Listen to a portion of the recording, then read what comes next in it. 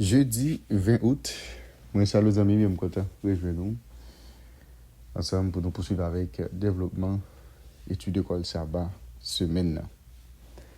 La victoire finale sur la mort, c'est portion que nous allons considérer jeudi à ne pas oublier thème semaine, c'est la puissance de sa résurrection qui c'est étude numéro 8. On nous prie. Papa, donc, dans celle-là, nous avons que des mots de remerciement pour nous adresser avec vous, pour multiples bienfaits que manifester dans la vie. Merci pour l'autre opportunité que vous accordez nous aujourd'hui pour nous étudier ensemble parole, ouvrir l'intelligence de nos pères pour nous comprendre et mettre en application parole. Nous allons mériter dans le nom de Jésus, nous prions. Amen. Vous avez me remercier, féliciter, encourager, qualité et effort que vous-même consentez jour après jour pour capable étudier la parole de Dieu à travers la leçon de l'école du sabbat. Je vous rappelle, leur fin étudier, moi toujours encourager pour aider l'autre monde. Pardon, partager l'étude ça avec les gens qui nous entourent pour faciliter plus de monde qui a accès avec l'étude école sabbat. Et je nous connais maintenant, nous avons développé ensemble l'étude numéro 8, la puissance de sa résurrection. C'est thème semaine. Le verset nous avons pour mémoriser, c'est 1 Corinthiens chapitre 15, le verset 14 à 17. C'est le verset pour nous mémoriser dans l'étude semaine. La victoire finale sur la mort, c'est ça qu'il va considérer ensemble de dire. On ne va pas oublier. Et on se rappelle, et pendant toute semaine maintenant, nous, et ouais, les problèmes qui gagnent avec cause de résurrection, il y a des gens qui ne pas croire là-dedans. Il y a des gens qui ne pas croire là-dedans, il y a des gens qui ne pas croire aujourd'hui, et il y a toujours des gens qui gagnent doute à propos de résurrection. Mais nous, les chrétiens, et la résurrection, fait partie de l'espérance, nous. Et si tout le monde qui a servi bon Dieu, une fois il mourir, tout le bagage était fini pour eux, même j'apporte Paul dire, nous avons fait parmi deux groupes sur la terre qui sont malheureux. Mais heureusement, et nous croyons dans l'espérance à venir de la résurrection des justes. Et quand Christ lui-même est capable, quand Christ lui-même l'a bien pour le capable retourner. La victoire finale sur la mort, c'est ça que nous allons considérer ensemble. 1 Corinthiens chapitre 15, verset 54 à 57. C'est texte que nous allons lire là.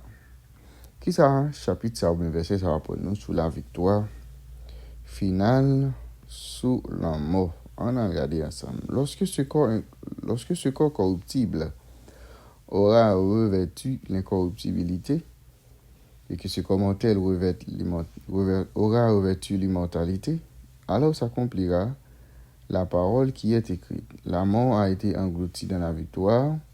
Ô mort, où est ta victoire? Ô mort, où est ton aiguillon? L'aiguillon de la mort, c'est le péché, et la puissance du péché, c'est la loi. Mais grâce soit rendue à Dieu qui nous donne la victoire par notre Seigneur Jésus-Christ. Paul commence, dernier paragraphe, 1 Corinthiens chapitre 15, par une déclaration qui est puissante, une déclaration saisissante, une déclaration qui est importante. Lorsqu'il déclarait pour le dire au verset 50 de Corinthiens chapitre 15, la chair et le sang ne peuvent hériter le royaume de Dieu. En peu de monde qui a appelé la Bible utiliser affirmation ça pour soutenir l'idée d'une existence immatérielle au ciel. Mais toutefois, et contexte là indiqué un autre bagage. Ce texte va dire que nous parlons de coup des esprits. Et c'est pas ça lorsque Paul dit comme ça, et la chair et le sang pas capable de bénéficier au royaume bon Dieu. C'est pas ça le dit. Toutefois, nous voyons contexte là, il indique l'autre bagaille. Le parallélisme que nous venons dans 1 Corinthiens chapitre 15 verset 50 montre que la chair et le sang lui correspondent avec sa annulée la corruption, de même que le royaume de Dieu lui correspond avec sa annulée l'incorruptibilité. Dans 1 Corinthiens chapitre 15 verset 42 à 49, Paul opposait ici le corps actuel au corps ressuscité. Okay? Paul a essayé de faire une différence. Paul montrait une différence entre et quoi nous actuellement, nous ça la portion étudiée là, avec quoi on a gagné lorsque nous ressuscitons. Et le corps enseveli est marqué par la corruption et la mortalité, tandis que le corps ressuscité est caractérisé par l'incorruptibilité et l'immortalité. Autrement dit, Paul affirme que corps nous doit subir une transformation radicale pour capable bénéficier du royaume bon Dieu. En résumé, Paul utilisait notion corruption avec mortalité pour désigner nature pécheresse nous, c'est-à-dire nous qui sommes des êtres pécheurs. Dans écrit juif, expression chair et sang, livre dit l'humanité déchue. OK, l'humanité déchue. C'est peut-être ça qu'on nous doit transformer et purifier de toute imperfection lorsque Jésus lui-même l'y a retourné. C'est dans le moment où notre nature pécheresse sera ôtée et où nous vivons l'expérience de la glorification que s'accomplira cette proclamation. Que nous jeunes dans 1 Corinthiens chapitre 15 verset 54, la mort a été engloutie dans la victoire. Alors retentira ce chant audacieux et triomphant: ô mort, où est ta victoire?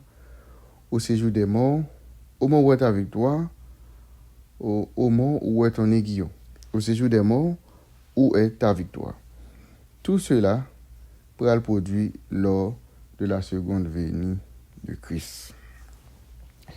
Réfléchissez. Il faut réfléchir ensemble. Imaginez vous faire mes yeux à la mort, c'est-à-dire au mourir. Et la chose suivante que nous pourrons expérimenter, c'est pour la deuxième venue de Jésus. Lorsque lui-même, il va ressusciter. Peu importe le temps qui t'est passé pendant de mourir, mais là c'était même des milliers d'années, en un instant, en un clin d'œil, nous pourrons retourner à la vie, à la dernière trompette. Car la trompette sonnera et la mort en Christ ressusciteront incorruptibles. Et nous serons changés. Ça, c'est l'expérience chrétienne. C'est-à-dire, au retour de Jésus, nous avons réveillé, nous avons ressuscité dans la mort et nous avons encore qui glorieux, qu'on nous a transformé pour que nous soyons capables d'aller rencontrer Jésus.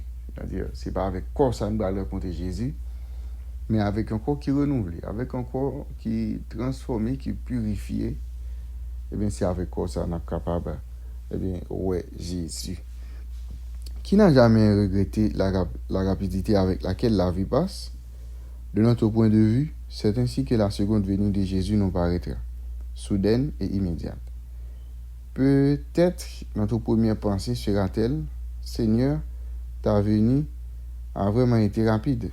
Comment cette perspective peut-elle nous aider à mieux accepter ce qui nous semble être un retard? La victoire finale sur la mort, c'était portion que nous avons considérée ensemble pour aujourd'hui. Avant d'aller à nous prier, merci à notre Père et notre Dieu pour parole.